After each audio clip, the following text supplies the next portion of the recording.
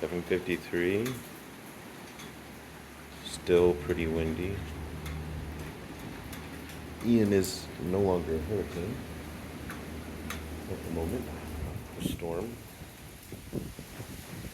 but still getting some good winds. But you can see we've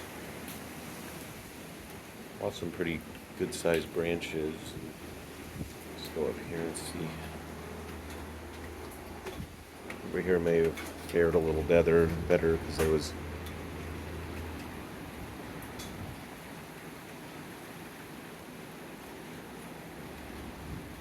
but we made it.